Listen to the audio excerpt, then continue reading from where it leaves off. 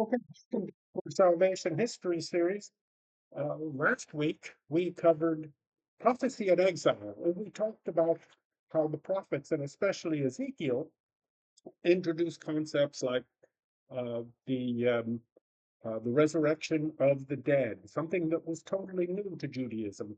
And we talked about the predictions of the glorious return to Israel and how wonderful things would be once that happened.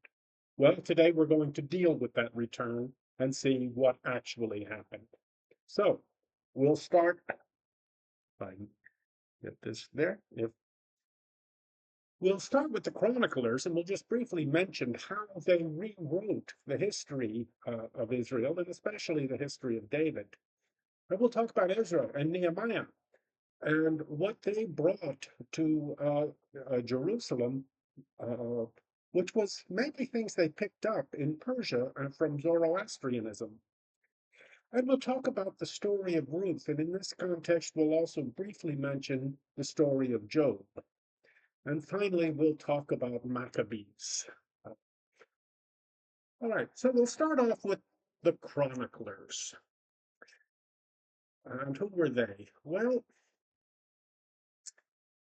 the Chronicles was kind of a rewrite of, uh, of, of Jewish history. We'll talk about this in a minute.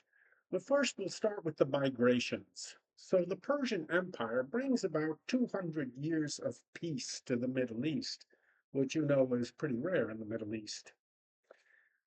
But Cyrus, the emperor, authorizes the return of the exiles and the rebuilding of the temple in 538 BC. And the first group is led by a man named Sheshbazzar, and he is the son of Jehoiakim, who was the last king of Israel. But very, very few return. In fact, the exiles had been doing very well in Babylon. They were very, very successful, so very few could be induced to return. Then there was a second group led by Zerubbabel, the last heir to David's throne in 520. Again, not much progress is made. A crude wooden temple is erected in 516, but was not the grand triumph that had been prophesied.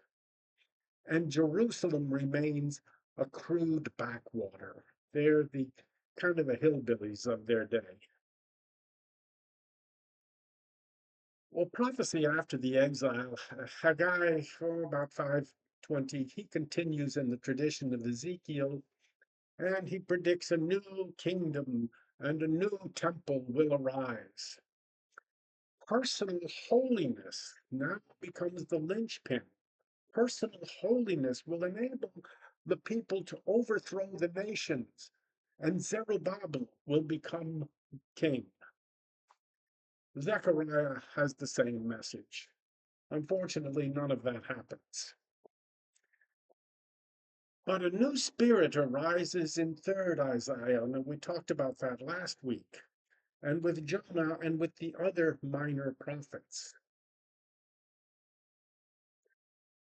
So individual responsibility and personal righteousness becomes the linchpin. So we're not now talking about the sins of Israel, we're talking about your sins and mine. And there's a new emphasis on monotheism. This was a theme of the 8th century prophets before the exile. Now remember, Israel was not strictly monotheist. The technical term is henotheism. So there was one great overall God, Yahweh, but there were lots of other minor gods. And there was a hope for a new covenant with God and a new emphasis on the law of Moses and on the Pentateuch, the first 5 books of the Bible. The remnant who returned would be a holy group who deserve to be saved because of their personal holiness. Okay? Yahweh will make Jerusalem and Zion the center of a renewed earth, with Israel as the leader of this renewed earth. And then the conversion or the conquest of the Gentiles and their submission to Yahweh in Zion. This will be the fulfillment of the promises made to David. All right, the chroniclers. They're there around the time of the return. They're around the time of Ezra and Nehemiah, who we'll talk about in a little bit. And they represented the triumph of the priestly tradition over the kings. And it was a simplistic reward punishment theology. If you do good, God will do good things for you. And if you do bad, well, God will punish you here on this earth. There was a renewed emphasis on cult, on priesthood, on lineage. So the first 9 chapters of the Chronicles uh, are genealogies. It's all about who begat whom. And after about 5 chapters of all this begatting going on, you get you get a little weary of it. The high priest now has authority over the king, or they're combined in one person. And David becomes the ideal king. Now, this is a cleaned up version of David. So remember, in Samuel and Kings, well, David has a lot of faults. He has a penchant for other men's wives. He kind of runs a desert protection service, and he's a great warlord. Okay, but not in Chronicles. So one symbol of this David purged of all of his faults is David before the ark. So you recall that in Samuel, when the ark of the covenant is brought to Jerusalem, David is so full of joy, he dances naked before the ark, which greatly irritates his wife Miriam. All right. Well, women are like that. You dance naked in the street one time and they never forget it. Well, in Chronicles, no, he um, he goes before the ark dressed as a priest, fully clothed and wearing the ephod. And the ephod is that pouch, you recall, which the priests carried the Thummim and the Urim that they used for prophesying. So here's the new picture of David before the ark. All right, so, and you had, as I said, this merging of priestly and royal power. All right, now we have to talk about 2 figures, Ezra and Nehemiah. Ezra, around 398 BC. Okay. Now, current texts place them together. So they're put together in the Bible, but most likely they were 50 years apart. And 2 chapters of Ezra are inserted into Nehemiah's. Taken together, they impress Babylonian Judaism upon Jerusalem and Judah. And this seems to arrive to the people as kind of a new religion, kind of something they haven't seen before. Ezra goes down as the father of Judaism and as the second Moses. And I think that's accurate because what he brings back to Jerusalem is not exactly the same as what they took out from Jerusalem. And so from Ezra on, we refer not to the Israelites, but to the Jews. And that term now will become the common term to describe what previously had been the Israelites. Well, the biggest problem that confronts them is mixed marriages. Ezra is sent by Artaxerxes, the emperor, to supervise Judah in respect of the law of your God. Well, they are now called Jews, so is this really a new religion?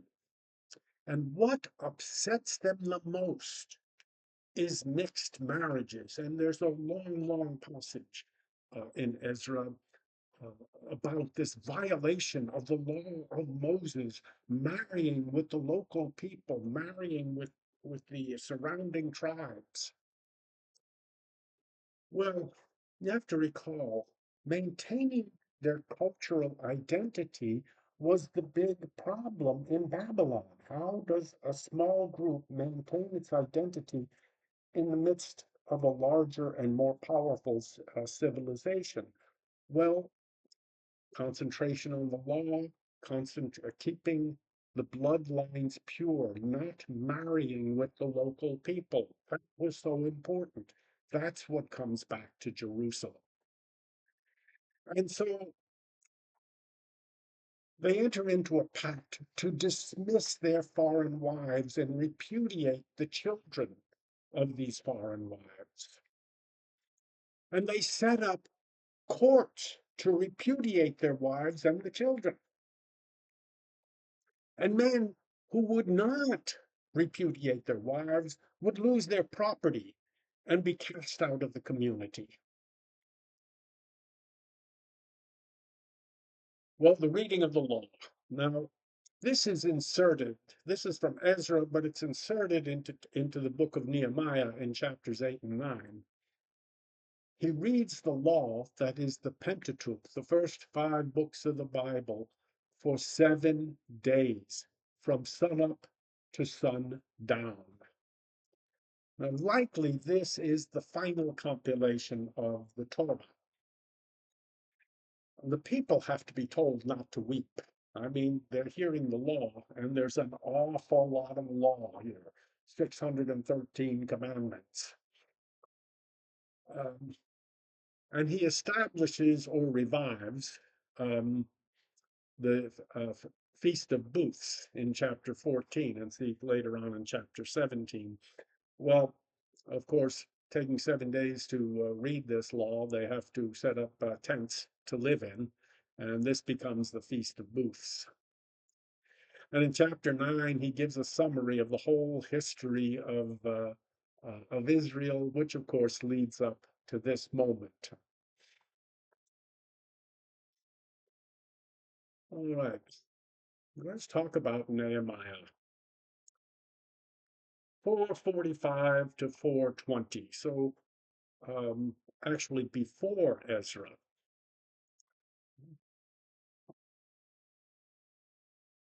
Now he's appointed governor. Now, who is this Nehemiah? Well, he's the cupbearer to King Artaxerxes the first. Now, the cupbearer, that just sounds like a waiter. Why would that be such an important position? Well, for 2 reasons. One, um, he always follows the king around. He's always with the king, with the emperor. And whenever the emperor is a little thirsty, well, you call on the cupbearer. But he's also the food taster. Okay, so he tastes everything that the emperor eats, just to make sure nobody is trying to poison the emperor. So that, gives him a kind of status. Well, Nehemiah convinces the king to make Judah a province. That raises its political status, and to appoint him as the governor of this province.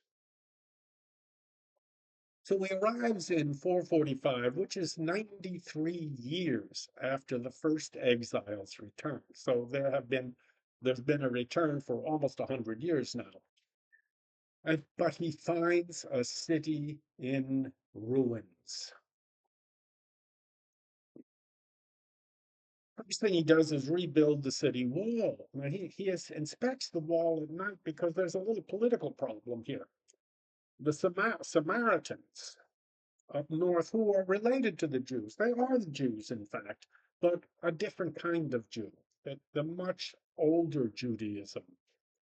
Um, And so there's great enmity between Samaria and Israel, between Bethel and Jerusalem. Well, the um, um, the Samaritans do not want to see Jerusalem rise in power. So Sanballat, the governor of Samaria, takes this rebuilding of the wall as a sign of rebellion. Nehemiah is able to rebuild the wall, more likely to repair it, in only 52 days. And the work seems to have been voluntary. It seems to have involved the whole community, and they were enthusiastic about this project. But they have to work in full armor for fear of attack. They really are afraid of Sanballat. But the project seems to have inspired a demoralized population. And following the rebuilding or the restoration of the wall, there's a great building program that goes on because now people are encouraged. All right, usury, Sabbath, and the temple tax. Many people had fallen into debt slavery or were in pawn to the rich. Now, you have to remember that most people are farmers or craftsmen, and farming will always require some credit in advance. There's a long period between the planting and the harvest, and this period must be financed, and must be financed, of course, by the rich. So they lent money at very, very high interest rates. And of course, farmings can be a precarious operation to begin with. So the farmers can never get ahead. And sooner or later, you're going to have a bad crop. And when you have a bad crop, you can't repay these loans. Well, what happens? Well, it's not like today where the land is the first part of the mortgage. No, your children. They take your children into slavery, and then they take your wife into slavery, and then they take your farm, and then they take you. You might recall the story of Joseph in Egypt. Well, that was common practice at the time. Well, Nehemiah forces the rich to end usury and to return the fields that they had taken. And you can imagine just how popular this makes Nehemiah, because this had been the grand social problem. And in fact, it was the grand social problem all across the Middle East in a pattern that repeats itself continually through history. But the big thing is he forbids commerce on the Sabbath day. Now, this seems to be something new because the way it's presented in the text, everybody just treats the Sabbath as another day. This whole idea of keeping the Sabbath holy seems to be a new idea to the people.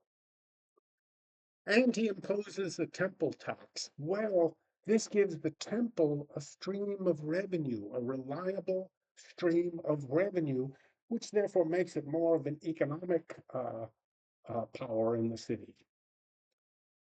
Well, when his term of service is up, all of these reforms end. Okay. Um, but he's reappointed as governor, and he reimposes these things. That tells us something very interesting. So the reforms, the Sabbath day, and all of that uh, were there just so long as he was governor. When he left, well, people went back to older ways. Well, he makes a lot of reforms: religious, social, political, and military. All right. The question of mixed marriages. Many Jews had married foreign women. Well, uh, all of the tribes there were somehow related. Okay. And kind of intermarriage is sort of a natural thing. Uh, but we see that a lot in our own country. We have many, many different groups have come to America. Uh, and after a few generations, nobody can tell who is who because we've all intermarried. And other tribes had settled into the area after the fall of Jerusalem. So intermarriage was hardly foreign. I mean, it's the most natural thing in the world. You may have complaints against another tribe, but gosh, that girl is hot, or that guy is cute. So well, that's just sort of how life works. Nehemiah has the men beaten and their hair pulled out if they don't repudiate their wives and children. In fact, he has the son of the high priest thrown out for a foreign marriage to the daughter of Sanballat. Now, it's not even clear that that's even a foreign marriage because the Samaritans and the Jews are related people. So this will remain a problem in Ezra's time, um, from Ezra's time, and it will remain a big problem throughout Judaism. Well, now we come to the story of Ruth, and this is very interesting uh, because it's a response to Nehemiah, but in story format. So, Ruth, when was it written and why? The story is placed in the time of the judges, but and some of the elements might be that old. It may be an old tale that's being retold here, but retold for a specific purpose. The languages in it is Aramaic in structure rather than Hebrew. Well, if it was an old story, it would be in Hebrew, but the Jews by that time were speaking another language, Aramaic. And so this is definitely a story from the time of Nehemiah and Ezra. Well, the story concerns a foreign wife. So, in my opinion, I think it's general consensus. This is the reworking of an old story to serve as an answer to Nehemiah and Ezra. But mostly, it's a sweet little love story in the midst of trying times. And isn't that something we do all the time? Well, the foreign wife. The story concerns Naomi and her widowed daughter in law, Ruth. And Ruth is a Moabite. She's a foreign woman. But Ruth has come to love her mother in law and will not leave her, even though it means a life of poverty and of living among aliens, of people of a different language and culture. Now, they make their living by gleaning. What is gleaning? Well, gleaning is sort of the ancient welfare system. The poor have the right to glean lands. Um, Gleaning meant following the harvesters and picking up whatever they leave behind. And under the law of Moses, you could not harvest your fields to the edge. You had to leave something in the field for the gleaners. You could not pick every last grape, every last olive, every last grain of wheat. You had to leave something for the poor. Okay. Gleaning also indicates a time of higher wages. Why? Well, it just isn't economic. If you're paying high wages, it just isn't worth the money to get that last grape, to get that last olive, to get that last grain of wheat. Okay. So it makes sense to leave food in the fields.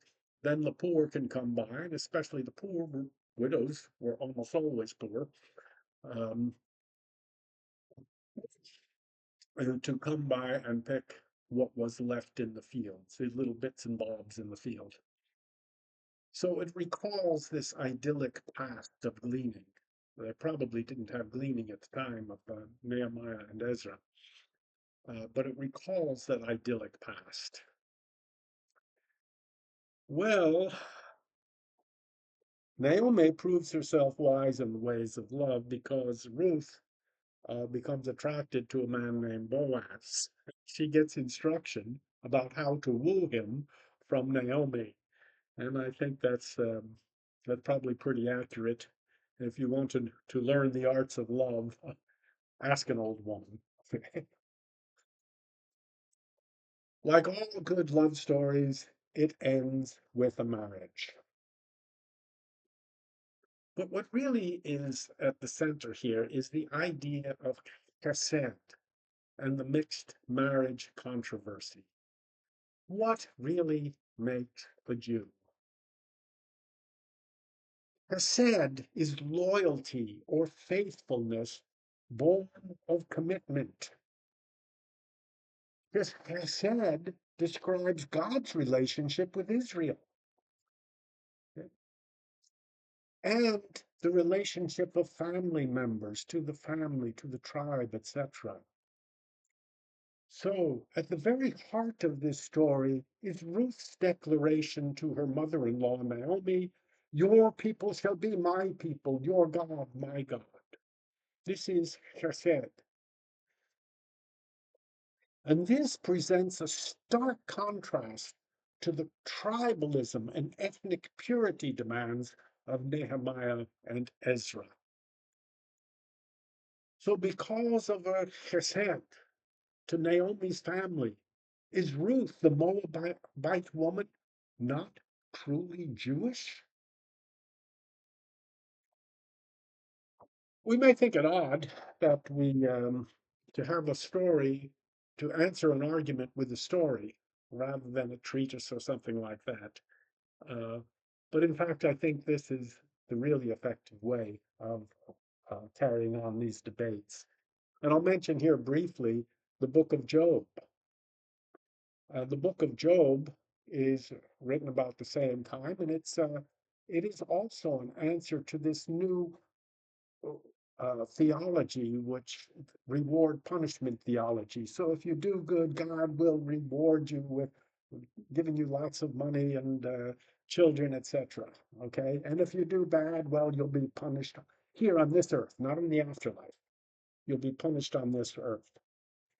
Well, the story of Job um, is the story of a man who's very good and very prosperous and has 10 children and lots of wealth and lots of fields, etc., etc. Well, Satan makes a bet with God. You know, yeah, Job loves you because look at all the things you've given to him. Take it away and see what happens. Well, everything is taken away from Job, but he's still faithful to God. Um, and Satan tells God, well, so what? I mean, those are just things. Uh, um, he tells him skin for skin. Now make him ill, make him sick, make him suffer, in the body, and he'll curse you. Well, poor Job ends up stripped of his wealth, stripped of his family.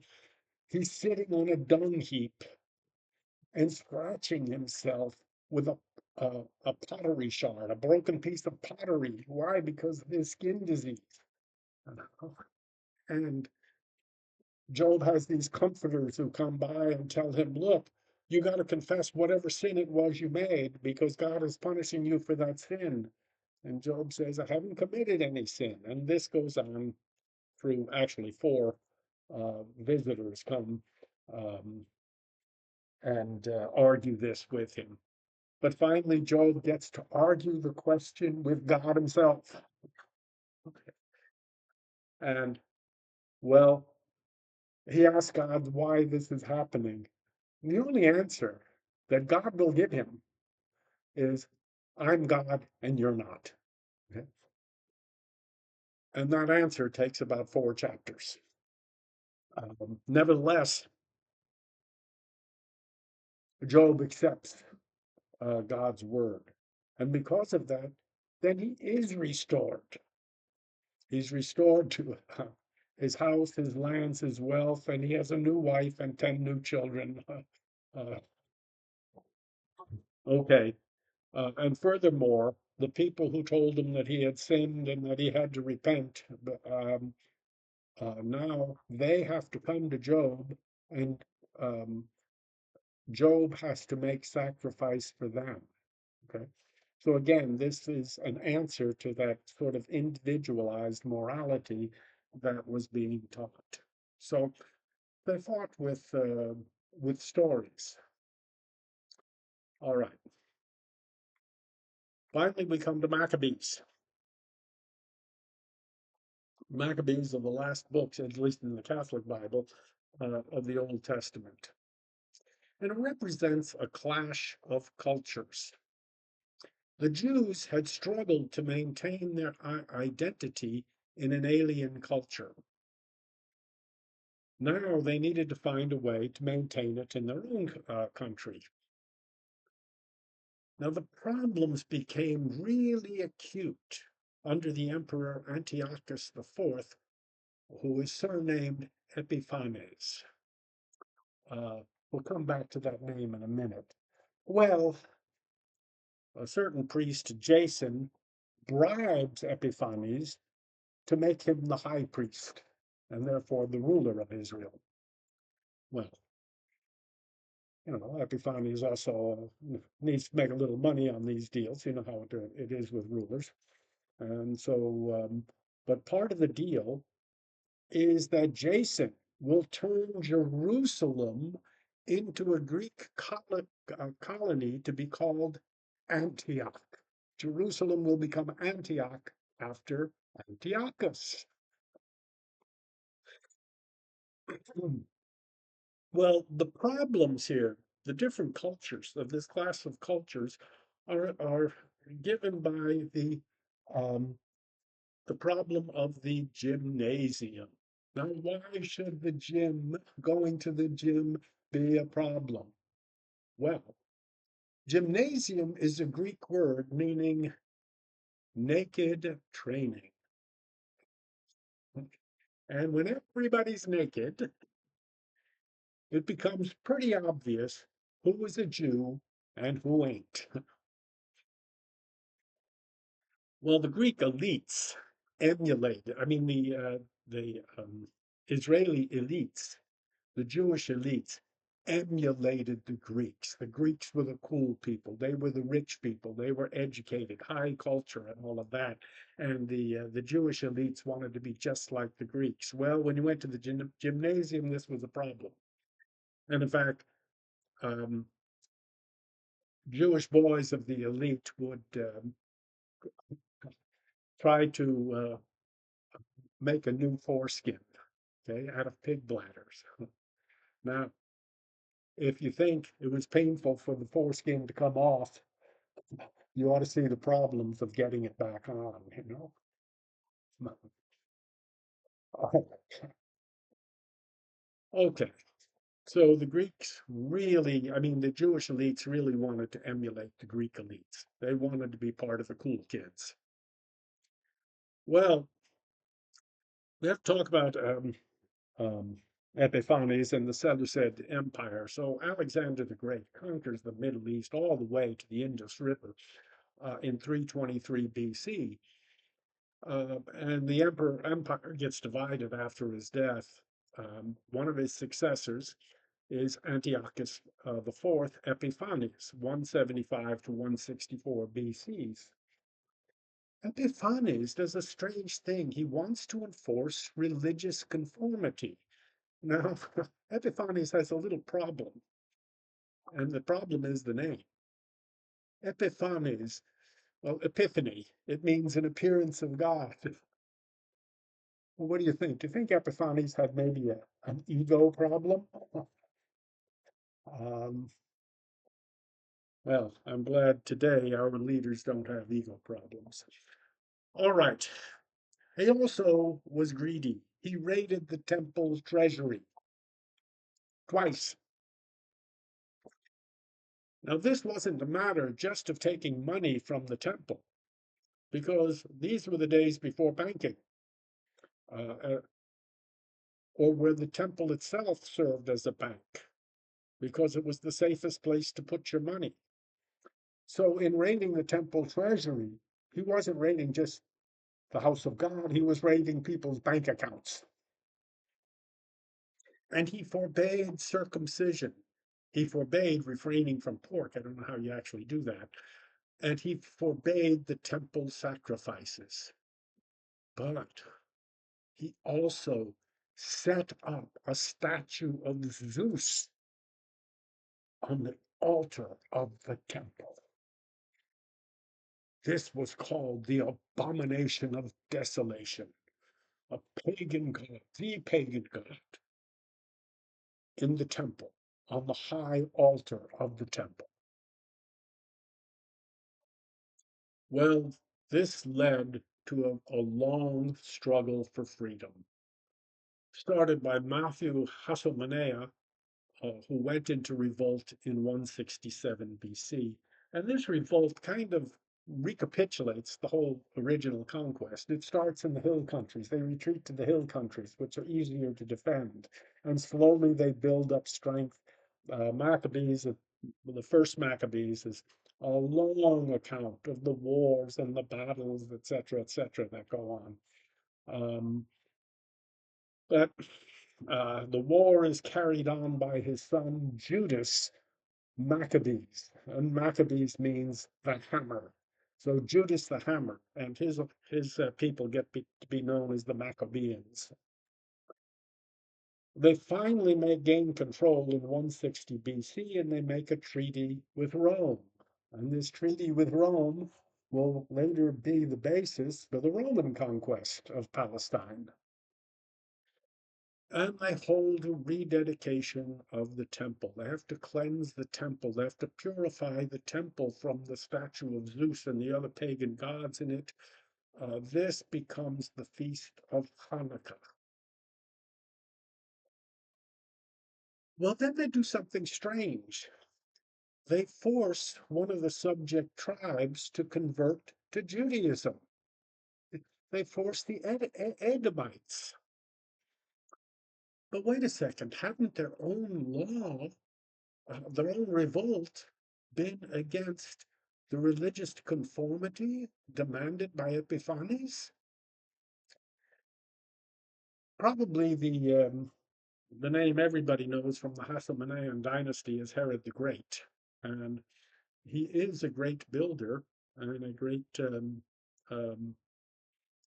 uh, leader, but he's also just another tyrannical king, like the one they had rebelled against. The Herod um, Herod had several of his sons executed when he believed that they were plotting against him. When the Emperor Augustus heard of this, he said it was better to be Herod's pig than his son. Why? Because as a Jew, he couldn't harm his pig, but his sons were fair game. Well, Rome conquers Judea in 63 BC. Now, there's one important thing that Maccabees adds to the discussion is it reiterates Ezekiel's resurrection of the dead. All right. Um, and there's two passages there that are critical to the resurrection of the dead. This was not a settled issue in Judaism, and in fact, they would still be debating it at the time of Christ. All right, what does this all mean for salvation history? The attempts to establish the glorious kingdom by war had failed. The war against religious conformity resulted in imposing religious conformity on, say, the Edomites. The war against the tyrant king Epiphanes resulted in a tyrant king, Herod. The war against foreign domination of the Greeks resulted in the foreign domination from Rome. But the resurrection of the dead became a major subject of debate. And of course, that is a key doctrine for the new group that will come along. Well, something else was needed. Okay? Violence didn't establish the kingdom. Something very different was needed. And 60 years later, something very different would indeed happen. That will be the subject of our next discussion. Okay, thank you very much, and I'll see you all next week.